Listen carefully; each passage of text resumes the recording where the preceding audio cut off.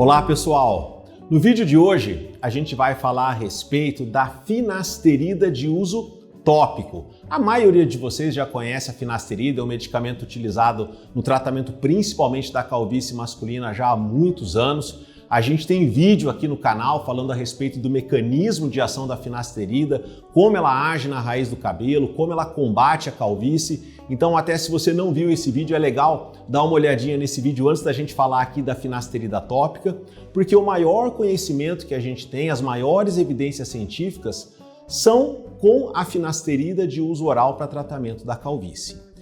E levando em conta então que a gente já tem a finasterida de uso oral, qual que seria a vantagem da gente aplicar a finasterida no couro cabeludo? Bom, primeiro, alguns pacientes não querem ingerir comprimido por via oral, preferem fazer um tratamento tópico, ou alguns pacientes podem apresentar efeitos colaterais com o uso da finasterida por via oral, e a ideia então de usá-la topicamente no couro cabeludo seria então de manter esse benefício na raiz do cabelo, mas diminuindo então os possíveis efeitos colaterais.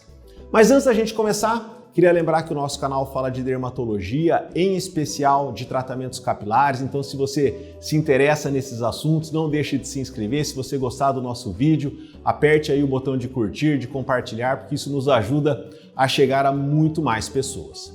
Bom, então quais que são aí as novidades com relação à finasterida tópica? O uso da finasterida tópica por si só não é nenhuma novidade. Os primeiros estudos com finasterida tópica são do final da década de 90. E ao longo dos anos nós tivemos alguns estudos que avaliaram a finasterida tópica para o tratamento da calvície. Agora, apesar da gente ter até então diversos estudos, ainda pairavam muitas dúvidas com relação ao uso da finasterida tópica.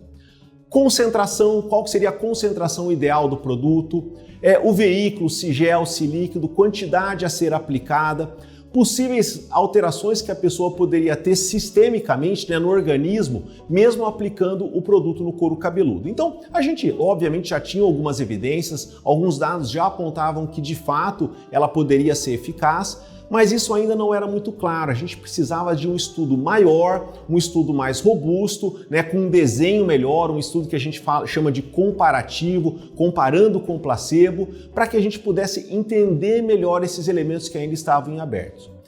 Infelizmente, um ótimo estudo foi publicado agora recentemente no Jornal da Academia Europeia de Dermatologia, foi agora no final de 2021, e é basicamente sobre esse estudo que a gente vai falar no vídeo de hoje, porque aqui realmente que a gente tem novidade. Eu acho que muitos pontos que estavam nebulosos agora ficaram bem mais claros após esse estudo. Eu vou deixar também o link aqui na descrição. Quem quiser ler o artigo na íntegra, é só clicar aí no link. Combinado? Vamos falar um pouquinho então, primeiro, a respeito dos achados do estudo, e a gente vai discutir um pouquinho depois prós e contras, limitações e como que a gente pode então trazer os resultados desse estudo para a nossa prática, para o nosso uso aí no dia a dia. Então, como é que esse estudo foi feito? Foi um estudo que foi multicêntrico, então vários centros em diversos países, eles avaliaram 323 pacientes com calvície. Porém, apenas homens, tá? E homens com calvície na região da coroa. Então foi essa área que foi avaliada. Esses 323 pacientes foram divididos em 3 grupos. Um grupo usou a finasterida tópica, aplicou a finasterida no couro cabeludo. Um grupo tomou finasterida por via oral e o outro grupo usou o placebo, que é o grupo que a gente chama de controle. Muito bem. Após 24 semanas de tratamento, quais foram os resultados observados? O crescimento de cabelo foi praticamente igual entre o grupo finasterida tópica e finasterida oral, praticamente o mesmo. E ambos foram superiores ao grupo placebo. E é importante a gente ter o grupo placebo, porque o grupo placebo ele melhorou um pouquinho também. Mas o grupo que usou finasterida tanto tópico quanto oral melhorou muito mais. Nesse grupo que usou finasterida tanto oral quanto tópico foi em torno de 20 fios de cabelo por centímetro quadrado, a melhora.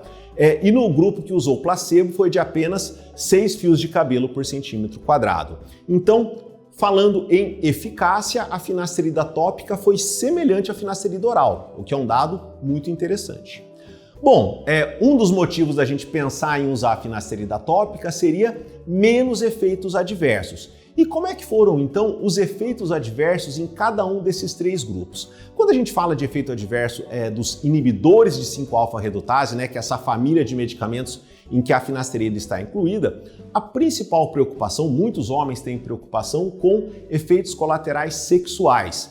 Isso não necessariamente quer dizer impotência sexual, claro, eventualmente impotência sexual, ou muitas vezes o paciente ele tem ereção, mas tem uma certa dificuldade em ter ereção, ou às vezes o paciente ele não tem nenhuma alteração de ereção, mas ele basicamente tem uma diminuição do desejo sexual, apesar de conseguir realizar o ato sexual normalmente. Então, quando a gente engloba todas essas possíveis alterações sexuais, desde impotência sexual até diminuição de libido, qual foi a frequência de efeitos colaterais? No grupo que aplicou a finasterida no couro cabeludo, isso aconteceu em 2,8% dos pacientes. No grupo que tomou a finasterida por via oral, 4,8% dos pacientes. Então, menos no grupo que aplicou no couro cabeludo, quando comparado com o grupo oral.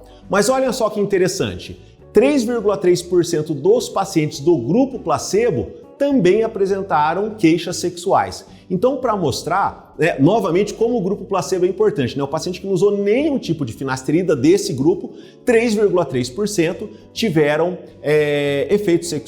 esse tipo de efeito adverso, enfim, diminuição de desejo sexual e tudo mais. Quando a gente olha para esses dados, basicamente, a finasterida tópica foi muito semelhante ao placebo e a finasterida oral teve um pouquinho mais do que a finasterida tópica e o placebo. Então, um outro ponto positivo para a finasterida tópica com menos efeitos colaterais do que a finasterida oral. Agora, alguns detalhes que a gente tem que olhar com bastante atenção nesse estudo, até para a gente poder trazer esses resultados para a nossa prática. Primeira delas, a quantidade de finasterida que foi aplicada no couro cabeludo foi muito pequena. Então foi uma concentração baixa de finasterida, 0,25%, e o volume aplicado também foi bem baixo, variou um pouco entre o grau de calvície de cada paciente, mas foi no máximo de 0,2 ml por aplicação. E por que eu estou dizendo isso? Muitos pacientes usam, ou recebem prescrição de finasterida, às vezes usando concentrações bem mais altas do que essa, por exemplo, de 1%, ou aplicando grandes quantidades de finasterida no couro cabeludo, volumes muito maiores do que esse, 1, 2 ml, que, por exemplo, é uma quantidade que comumente a gente usa com o minoxidil, e a pessoa usa um volume semelhante com a finasterida. E provavelmente essa finasterida, essa quantidade muito maior do que a finasterida usada nessas situações, pode levar a mais efeito colateral. Porque olha só que interessante, além de avaliar a eficácia, queixas de efeitos colaterais, os pesquisadores também dosaram a dihidrotestosterona, que é o hormônio que tem a sua conversão bloqueada pela finasterida. Naquele vídeo lá que a gente fala de mecanismo de ação da finasterida, a gente explica isso melhor. Ou seja, a ação básica da finasterida é diminuir a dihidrotestosterona.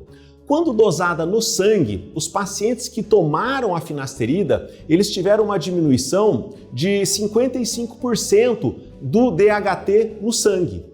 E os pacientes que aplicaram mesmo essa quantidade pequena de finasterida tiveram uma diminuição de 34% do DHT. Ou seja, é bem possível que volumes maiores, concentrações maiores levem a diminuições do DHT semelhantes à da finasterida oral ou talvez até maior.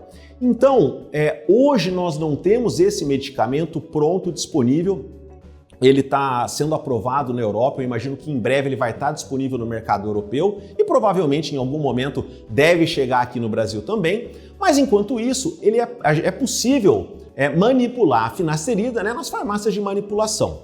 Eu acho que o grande cuidado que a gente tem que ter é de observar essa questão da concentração, então o médico na hora da prescrição ficar atento a isso, e a própria farmácia de manipulação também ter ali um dispositivo que vai realmente entregar essas quantidades menores de finasterida, volumes menores de finasterida, como foi feito nesse estudo. Daí dessa forma a gente pode transpor aí esses resultados para a nossa vida real.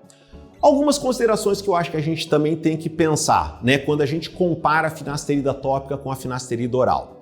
Como eu falei no começo do vídeo, esse estudo foi feito com calvície na região da coroa, não foi avaliada a região da frente, a região das entradas. Se bem que muitos dos estudos que a gente tem para calvície avaliam a região da coroa. Lógico que a gente tem que fazer um diferencial aí com o medicamento por via oral, que ele tem uma ação mais geral, e aqui a gente está aplicando naquela região. Ou seja, pacientes que têm uma calvície mais extensa, pegando toda a região superior do couro cabeludo, a região das entradas, eu imagino que talvez ele teria que usar um volume maior da finasterida tópica e talvez até com uma possibilidade de aumento também dos efeitos adversos. Então, essa é uma limitação da finasterida tópica. Um outro ponto, a maioria dos pacientes se adapta muito melhor com o tratamento via oral do que com o tratamento de aplicar. Na hora de aplicar, acaba esquecendo, às vezes o cabelo fica meio duro, é mais simples tomar o comprimido do que aplicar o produto. Isso varia de paciente para paciente e por isso também que hoje a gente não pode dizer que uma é melhor do que a outra, né? Hoje agora a gente tem dados bem claros da eficácia e da segurança da finasterida tópica, então claramente eu entendo que ela é uma alternativa, porém de repente não para todo mundo. Se o paciente está lá já usando a finasterida oral, se adaptou bem, está tendo bons resultados, não vejo muito sentido, por exemplo, trocar para a finasterida tópica. Agora, se você é um paciente que se adapta bem com o produto de uso tópico, você não tem uma área de calvície tão extensa, você não quer tomar a finasterida por via oral, ou mesmo tomou a finasterida por via oral, a gente viu que a frequência de efeitos colaterais é baixa, mas eventualmente podem acontecer. Uma alternativa seria então tentar a finasterida de uso tópico. Bom, é isso, pessoal. Nos vemos no próximo vídeo.